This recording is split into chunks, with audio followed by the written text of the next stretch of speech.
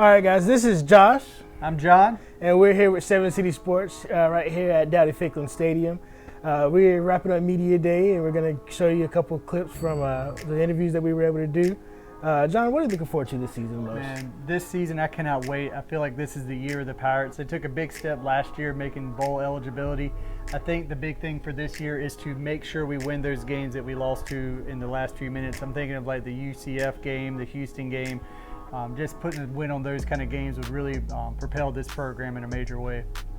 Yeah, man. I think for me, just filling up this great stadium with 53,000 of our best friends on September 3rd is going to be the best way to kick off this season and the best way to really get us going. So I hope to see you guys on September 3rd against NC State, and I hope you enjoy these interviews. Go Pirates.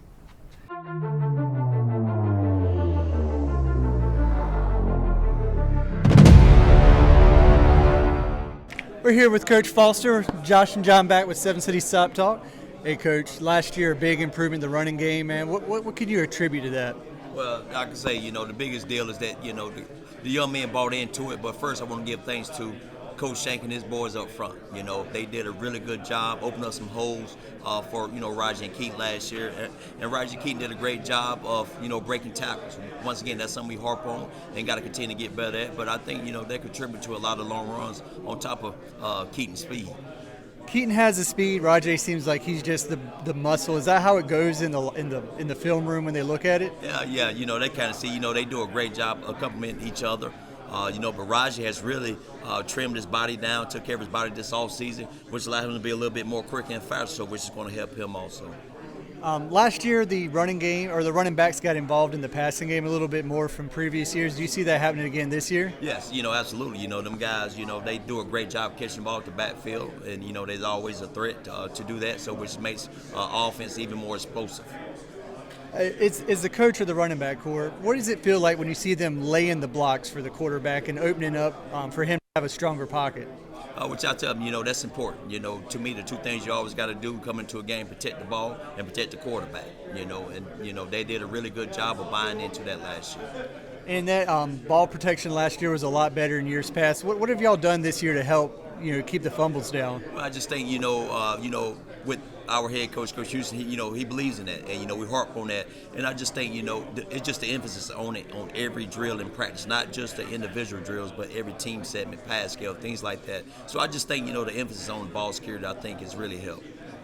Well, thank you so much for your time, and good luck this season. Yes, sir. Thank you. How are the safeties doing this year, just in general? We're doing really good. We're going to have 2 new starters out there this year.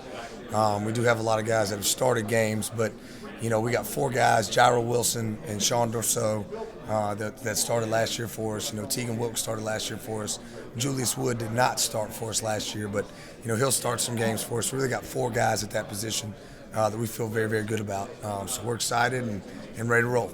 Yeah, speaking of Tegan Wilk, how has he progressed from freshman year? I know his first year he was, pretty good player just as a first year player, but how has he progressed, and is he really someone that you think you guys are going to rely on more this year? Yeah, no, I definitely think we'll rely on Tegan a lot more than we did last year. The things that he really he grew in just understanding the defense and understanding who he's got to be every day and consistency and showing up to work. And the thing about Tegan, he always finds a way to get the ball out, finds a way to get to the ball.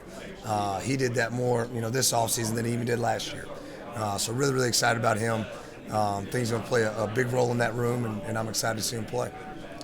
All right, so in terms of just overall defense this year, you guys have got some really nice transfers coming in, linebacker transfers coming in on the line.